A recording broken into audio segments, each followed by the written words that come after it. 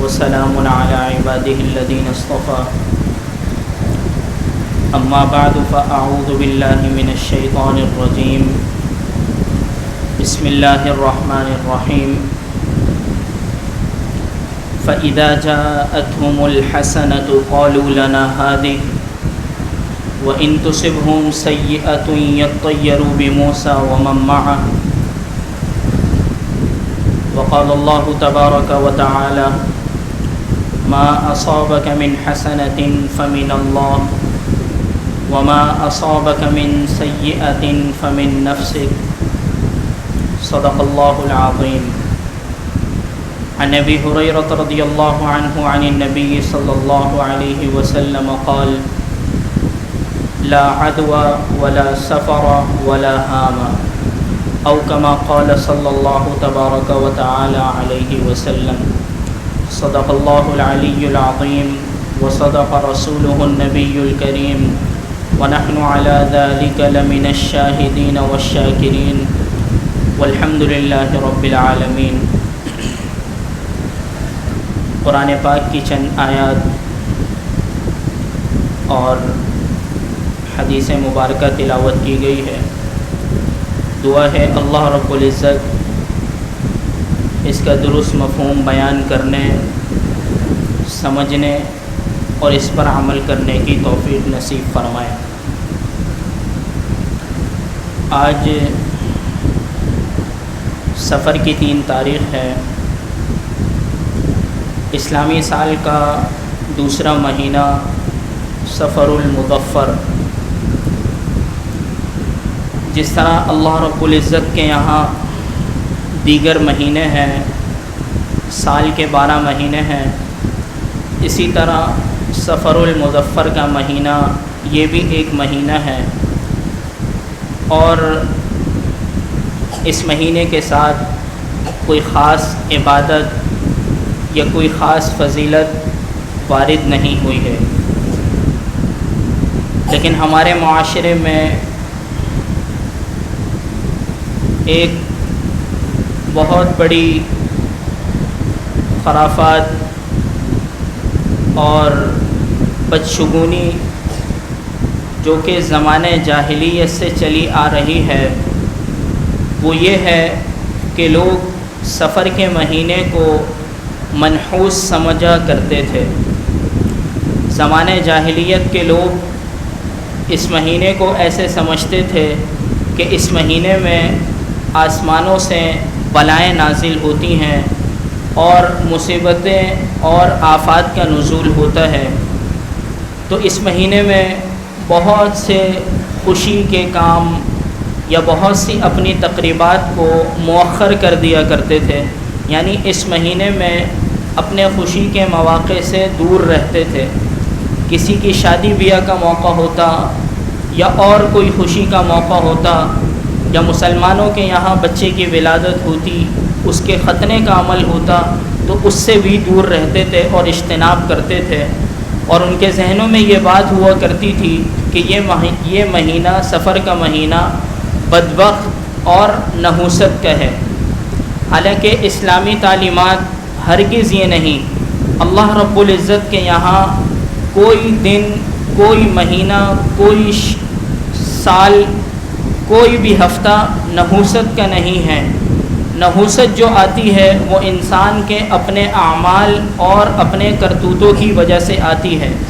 اللہ کے نبی صلی اللہ علیہ وسلم نے بالکل واضح طور پر ارشاد فرما دیا، علی الاعلان ارشاد فرما دیا لا عدوى ولا سفر ولا ہام، کہ انسان کو ایک دوسرے سے جو بیماریاں لگتی ہیں وہ اللہ کے حکم کے بغیر کسی کو نہیں لگ سکتی. جیسے کہ متعدی امراض مشہور ہیں، مختلف زمانوں میں مختلف بیماریاں مشہور ہو جاتی ہیں یا پھیل جاتی ہیں، لیکن اس کے بارے میں آپ علیہ الصلاۃ والسلام کی تعلیمات یہ ہیں کہ ان کے بارے میں ہمارا عقیدہ یہ ہونا چاہیے کہ یہ جو بیماریاں ہیں یہ جو متعدی مرض ہے اس کا لگنا بھی اللہ کے حکم کے بغیر نہیں ہے۔ اللہ رب العزت اگر چاہیں گے تو یہ بیماری ایک سے دوسرے بندے کو لگے گی، اور اگر اللہ رب العزت کا حکم اور مرضی نہیں ہوگی تو یہ بیماری ایک دوسرے سے کسی کو نہیں لگ سکتی۔ تو حضور علیہ الصلاۃ والسلام نے اس کے بارے میں بھی واضح الفاظوں میں تردید فرما دی کہ لا عدوہ، کوئی متعدی مرض بیماری اس کی حقیقت ہرگز نہیں ہے۔ اس کے بعد فرمایا ولا سفر، کہ سفر کے مہینے کی جو نحوست جو لوگوں کے دلوں میں، ذہنوں میں، دماغوں میں اور طور طریقوں میں ہے، اس کی بھی کوئی حقیقت نہیں ہے۔ یعنی سفر کا مہینہ وہ بھی عام مہینوں کی طرح، عام دنوں کی طرح اور سال کے 12 مہینوں کی طرح ایک مہینہ ہے، اس میں کوئی نحوست نہیں ہے۔ اور آخر میں فرمایا ولا حامہ، یعنی ایک جو خاص قسم کا پرندہ ہے جس کو الو کہتے ہیں ہمارے زمانے میں، تو اس کے بارے میں بھی کوئی بدشگونی نہیں ہے۔ پرانے زمانے کے لوگ اور آج بھی کتنے لوگ ایسے ہیں کہ جو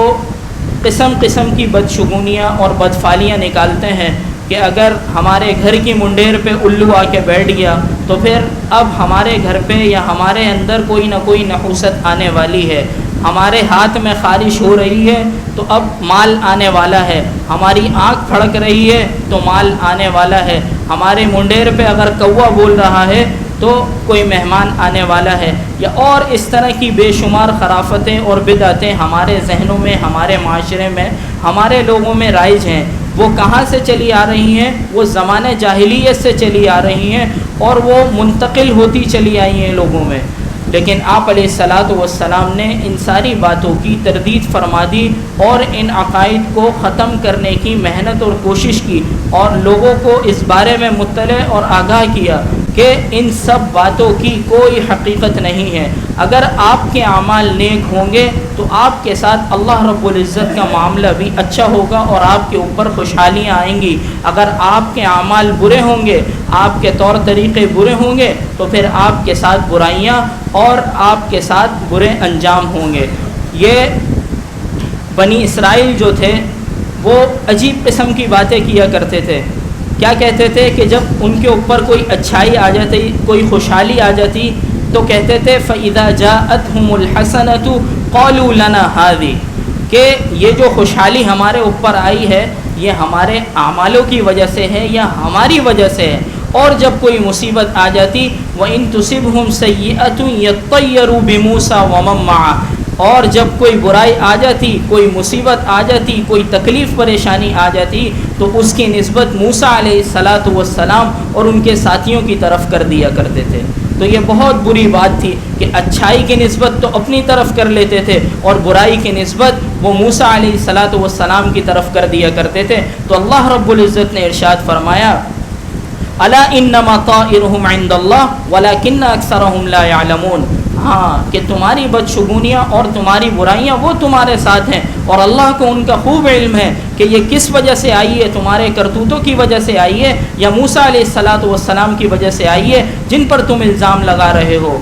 تو حقیقت کیا ہے؟ اللہ رب العزت فرما رہے ما اصابک من حسنۃ فمن اللہ وما اصابک من سیئۃ فمن نفسک۔ خطبے میں یہ آیت میں نے پڑھی تھی جس میں اللہ رب العزت فرما رہے ہیں کہ حقیقت تو یہ ہے کہ تمہیں جو کوئی خوش بختی آتی ہے یا تمہارے ساتھ کوئی اچھائی ہوتی ہے یا تمہیں جو کوئی اچھی چیز ملتی ہے یا اچھا معاملہ ہوتا ہے وہ تمہارے اپنے اعمالوں کی وجہ سے ہوتا ہے اور اللہ رب العزت کی طرف سے ہوتا ہے۔ ما اصابک من حسنۃ فمن اللہ، یعنی اللہ کی طرف سے ہے، اس کی نسبت کسی اور کی طرف یا اپنی طرف کرنا یہ بالکل درست نہیں۔ اور اگر برائی کی نسبت جو تم موسیٰ علیہ الصلاۃ والسلام کی طرف کرتے ہو یا نوح علیہ السلام کی جو قوم تھی وہ برائی کی نسبت وہ نوح علیہ السلام کی طرف کیا کرتی تھی، جب ان کی قوم میں آپس میں تفرقہ پڑ گیا، جب وہ ان کی قوم جدا ہو گئی، دو حصوں میں بٹ گئی، تو انہوں نے بھی برائی کی نسبت نوح علیہ السلام کی طرف کرنا شروع کر دی کہ یہ ہمارے اندر جو تفرقہ اور فساد پیدا ہوا ہے، یہ جو ہمارے اندر تقسیم ہو گئی ہے یہ تمہاری وجہ سے ہوئی ہے۔ اللہ رب العزت نے ان کی بھی تردید فرما دی اور فرمایا وما اصابک من سیئۃ فمن نفسک، کہ جو تمہیں برائیاں پہنچ رہی ہیں تمہارے ساتھ، جو یہ سب کچھ برا معاملہ ہو رہا ہے، بدحالی تمہارے اوپر جو آ رہی ہے وہ تمہارے اپنے کرتوتوں اور اپنے اعمالوں کا نتیجہ ہے۔ جب تم اللہ رب العزت کو راضی نہیں رکھو گے، اللہ رب العزت کو ناراض رکھو گے، وقت کے نبی کی بات کو نہیں مانو گے، تو پھر تمہارے ساتھ یہی معاملہ اور تمہارا اور حشر اور انجام یہی برا ہوگا۔ تو اسلام نے اور اسلامی تعلیمات نے ان سب باطل عقیدوں کی تردید فرمائی ہے کہ اپنے نیک اعمال کی وجہ سے ہوتا ہے جو کچھ ہوتا ہے، ان بدشگونیوں سے بدفعلیوں سے کچھ نہیں ہوتا کہ لوگوں کے پاس جانا، کسی پامسٹ کے پاس جانا اور اپنے ہاتھوں کو دکھانا، وہ ہاتھوں کی لکیر کو دیکھ کے آپ کا مستقبل اور آپ کی چیزوں کو بتا رہا ہے۔ عجیب بات ہے، حدیث میں ان الفاظ کی یا اس فعل کی بہت سخت الفاظوں میں وہ آئی ہے کہ آپ علیہ الصلاۃ والسلام نے اس کے اوپر سخت نکیر فرمائی ہے کہ جو ایسا کام کرے اس کی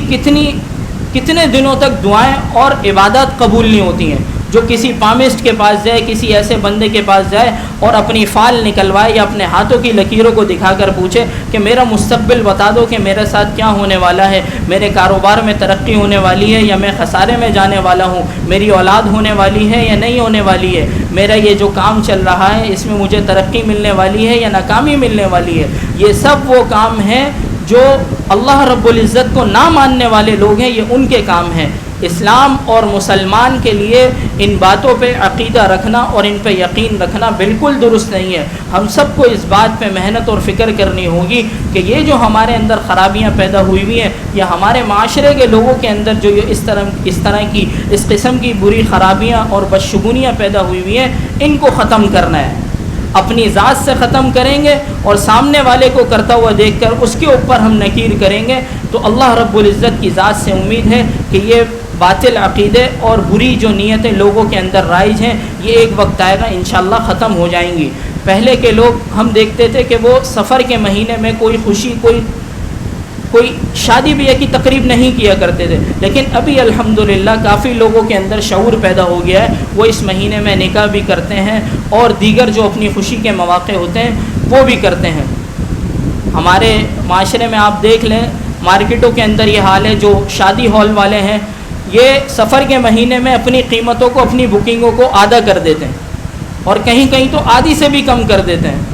یہ کیا وجہ ہے؟ وجہ یہی ہے کہ لوگوں کے ذہنوں میں یہ بات ہے کہ یہ مہینہ منحوس ہے، اس مہینے میں نحوست ہے، اگر اس مہینے میں ہم شادی بیاہ کریں گے یا اپنا کوئی نیا کام کاج شروع کریں گے یا ہم سفر کریں گے تو پھر ہمارے ساتھ اچھا نہیں ہوگا بلکہ ہمیں ناکامی اور ہمارے ساتھ خسارہ ہو جائے گا، بلکہ ایسا ہرگز نہیں ہے۔ شریعت نے ہمیں ان سب باتوں کی تردید کی ہے کہ ہمیں ان باتوں میں سے کسی بات پر یقین نہیں کرنا۔ بعض لوگ وہ اس مہینے میں سفر کرنے سے اجتناب کرتے ہیں کہ بھئی میں نے کہیں جانا ہے، یہ سفر میرے لیے ناکامی کا سبب بنے گا، ایسا ہرگز نہیں ہے۔ کسی کے سامنے سے کالی بلی گزر جاتی ہے تو وہ بدشگونی لے لیتا ہے کہ بھئی آج کا دن میرا برا گزرے گا، ایسا ہرگز نہیں ہے۔ ان چیزوں سے کچھ نہیں ہوتا، بلکہ ہوتا ہے وہ میرے اعمال سے ہوتا ہے۔ اگر میرے اعمال درست ہوں گے، میرا معاملہ اللہ رب العزت کے ساتھ درست ہوگا تو اللہ رب العزت کا معاملہ بھی میرے ساتھ بالکل اچھا اور بھلا ہوگا۔ اگر میرا معاملہ اللہ رب العزت کے ساتھ درست نہیں، اللہ رب العزت کی اطاعت و فرما برداری میں نہیں، تو پھر اللہ رب العزت کے یہاں سے بھی جو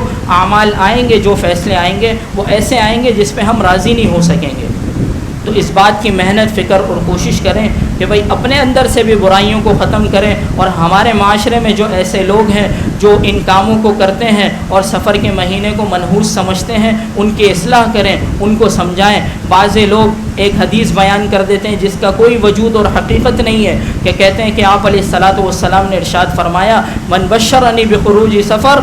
ابشرتہ بالجنہ، کہ جس نے مجھے سفر کے مہینے کے ختم ہونے کی بشارت سنائی میں اس کو جنت کی بشارت سناتا ہوں۔ یہ حدیث بالکل درست نہیں اور موضوع اور من گھڑت لوگوں کی گھڑی ہوئی ہے۔ اس حدیث کے حضور علیہ الصلاۃ والسلام سے کوئی لینا دینا نہیں ہے۔ اگر ہے بھی تو ایسی بات جو محدثین فرماتے ہیں وہ ایسا ہے کہ اللہ کے نبی صلی اللہ علیہ وسلم وہ ربیع الاول میں وصال فرمانے والے تھے۔ آپ علیہ الصلاۃ والسلام کے علم میں تھا کہ ربیع الاول میں نے اس دنیا سے رحلت فرمانا ہے، تو تو اللہ رب العزت سے ملاقات کے اشتیاق میں کہ میری اللہ سے ملاقات ہونے والی ہے، عین ممکن ہے ایسی بات ارشاد فرما دی ہو، لیکن اس کا یہ ہرگز مطلب نہیں کہ سفر کا مہینہ منحوس ہے، جلدی سے سفر کا مہینہ گزرے، مجھے اطلاع دو کہ ربیع الاول داخل ہو گیا تاکہ میں تمہیں جنت کی بشارت دے دوں، ایسا ہرگز نہیں ہے۔ اگر ایسا منحوس مہینہ ہوتا تو اللہ کے نبی صلی اللہ علیہ وسلم سب سے پہلی زوجہ ام خدیجہ رضی اللہ تعالی عنہا کے ساتھ اپنا نکاح سفر کے مہینے میں ہرگز نہیں کرتے۔ آپ علیہ الصلوۃ والسلام کا پہلا نکاح ام خدیجہ رضی اللہ عنہا کے ساتھ سفر کے مہینے میں ہوا۔